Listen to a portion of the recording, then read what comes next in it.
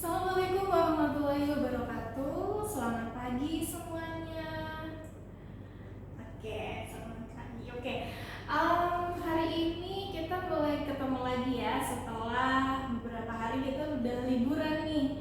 Jadi hari ini kita mulai bisa fresh lagi ya untuk mulai belajar. Hari ini yang sudah hadir ada Nusa, ada Rara. Ya, sudah lengkap ya. Nusa dan Rara gimana kabarnya setelah liburan? Makin semangat, sehat, makin semangat, makin sudah full lagi energinya ya. Jadi hari ini sudah siap menerima materi kembali ya. Nah, hari ini kita akan belajar tentang kalimat inti. Kita belajar tentang kalimat inti. Untuk dari pertemuan sebelumnya kita sudah belajar tentang unsur kalimat ya. Jadi kita melanjutkan materi berikutnya yaitu kalimat inti. Nah, kalimat inti ini tidak akan jauh dengan materi sebelumnya ya, yaitu unsur kalimat. Jadi masih ada kaitannya, masih ada hubungannya gitu. Jadi kalimat inti ini kita akan menggunakan materi dasar yaitu unsur kalimat atau pola kalimat di pertemuan sebelumnya gitu ya. Nah, untuk memperkuat ingatan kita lagi, coba apa saja unsur kalimat? Coba Nusa atau Rara? Nusa. Ada subjek, betul. Ada predikat, ada objek, Rara. Pelengkap dan keterangan. Bagus. Jadi ada subjek, predikat, objek, pelengkap, dan keterangan. Nah, itu semua adalah pola kalimat atau unsur kalimat gitu ya. Nah, kalimat inti ini juga akan menggunakan konsep seperti itu ya. Jadi seperti yang ada di pengertiannya, kalimat inti ini adalah unsur dasar sebuah kalimat yang tidak mengandung perluasan apapun gitu.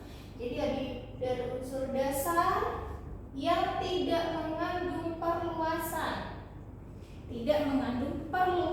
apapun gitu. Jadi misalnya kalau contoh kalimatnya adalah adik tidur di kamar. Coba kita buat contoh lagi di sini ya. Adik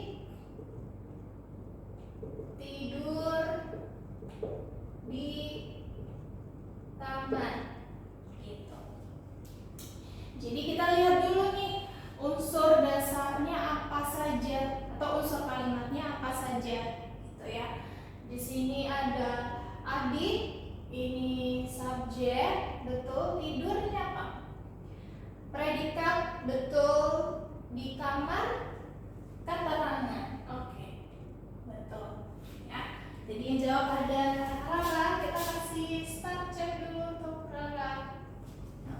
Dapat satu start check ya. Kita lihat di sini. Ini adalah unsurnya adalah SPK gitu. Ini dari unsur kalimatnya aja. Nah, gimana untuk mencari kalimat inti gitu ya? Nah, kita lihat dulu nih ciri-cirinya. Ciri-ciri yang pertama, tidak berbentuk inversi. Masih ingat kalimat inversi itu seperti apa? Ya, betul. Polanya adalah predikat subjek. Rara lagi dapat start check, bagus. Masih ingat ya? Jadi kalimat secara umum kan biasanya subjek dulu baru predikat gitu ya.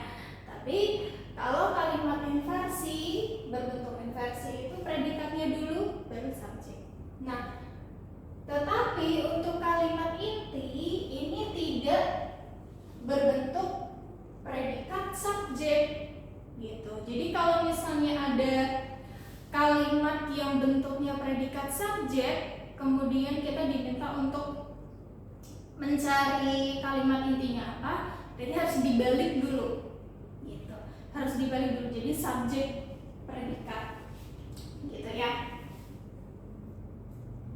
Misalnya contoh kalimatnya, kalimat aslinya itu banyak anak gitu. Nah ini kan bentuknya inversi ya, predikatnya banyak, anaknya adalah subjek. Kalau kalimat intinya adalah jadi anak banyak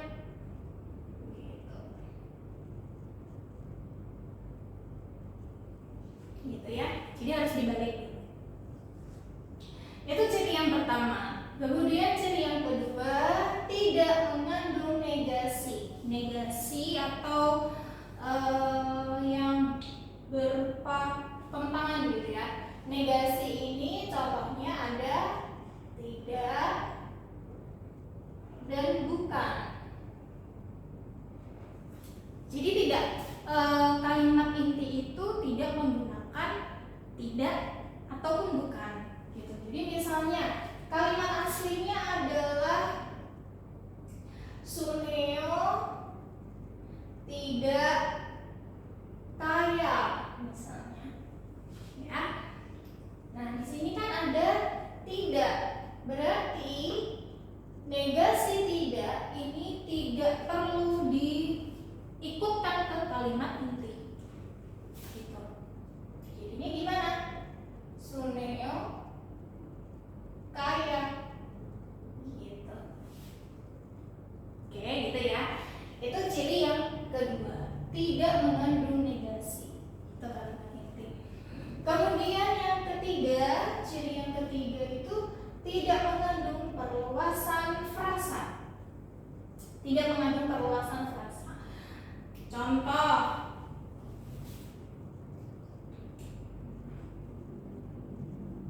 Suneo sangat pintar. Nah, kalau kita lihat di sini perluasan frasa, kita lihat dulu unsurnya ya. Unsurnya subjeknya itu Suneo, predikatnya sangat pintar. Nah, predikatnya ini kan berupa frasa ya, sangat pintar. Nah, kita diambil inti dari frasa ini saja, sangat pintar. Intinya yang mana? Pintar, iya betul Nusa. Jadinya gimana? Karena tidak mengandung perluasan frasa, kalimat intinya yaitu Suneo pintar gitu. Gitu ya. Jadi tidak perlu menggunakan perluasan frasa. Karena frasa itu kan ada inti dan pembatas. Jadi kita ambil intinya saja. Gitu ya. Oke, tadi Nusa sudah menjawab, jadi kasih start chain untuk Nusa. Oke, itu ciri yang ketiga. Kemudian ciri yang keempat adalah terbentuk dari pola dasar kalimat gitu. Tadi ya sudah disebutkan di awal, pola dasar itu ada subjek, predikat, objek, pelengkap dan keterangan. Itu pola kalimat. Kalau pola dasarnya itu adalah subjek, predikat, objek pelengkapnya mengikuti bergantung apa? Bergantung predikatnya. Predikatnya itu berupa transitif atau intransitif gitu ya. Jadi dia butuh objek atau tidak, butuh pelengkap atau tidak gitu. Jadi diambil dari pola dasarnya aja. Nah, kita kembali ke contoh ini. Adik tidur di kamar. Terbentuk dari pola dasar ya. Nah, pola dasarnya berarti kita ambil yang mana? Adik tidur ya, karena hanya subjek predikat. Keterangannya tidak perlu diikut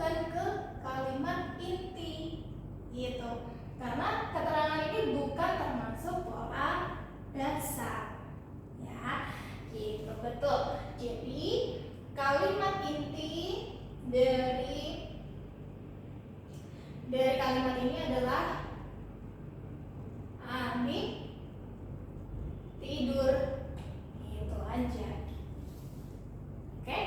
Nah, itu konsep dasarnya dari kalimat inti. Jadi, pada intinya kalimat inti itu kita tentukan berdasarkan pola dasarnya. Gitu. Pola dasarnya apa? Kita tentukan dulu subjek predikat. Kemudian kita tentukan lagi predikatnya itu berupa apa, gitu ya. Ada lanjutannya atau tidak? Ada perlu objek atau pelengkap atau tidak, gitu ya. Dan tidak menggunakan perluasan, gitu. Tidak ada perluasan frasa, tidak ada negasi, dan tidak berbentuk inversi, gitu. Sampai sini ada pertanyaan? Belum ada? Oke, masih aman ya. Sekarang kita lanjut ke contoh kalimat. Contoh kalimatnya ini cukup panjang ya, tidak seperti contoh yang di sini. Tapi dari kalimat sepanjang ini kita bisa ambil kalimat intinya, yaitu apa saja. Langkah pertama kita tentukan dulu polanya. Pola dasarnya apa? Oke, ketika ingin membuahi jutaan sel telurnya, ratu semut akan memilih jumlah sel telur semut yang akan dibuahi sesuai keinginannya. Oke, kita lihat dulu. Oke, ketika ingin membuahi jutaan sel telurnya, ini adalah keterangan, betul, karena ada konjungsi subordinatif ya. Bagus. Kemudian ratu semut ini ada subjek, predikatnya akan memilih. Tuh. Terus jumlah sel telur semut ini objek, betul, karena adalah ini memilih adalah predikat transitif ya. Kemudian yang akan dibuahi sesuai keinginannya ini juga objek, karena ini perluasan dari objek sebelumnya, gitu ya. Oke, bagus. Kemudian dari kalimat ini kita bisa tentukan kalimat intinya apa. Berarti kalimat intinya adalah ratu semut memilih jumlah sel telur semut, gitu ya. Jadi ini ada subjek,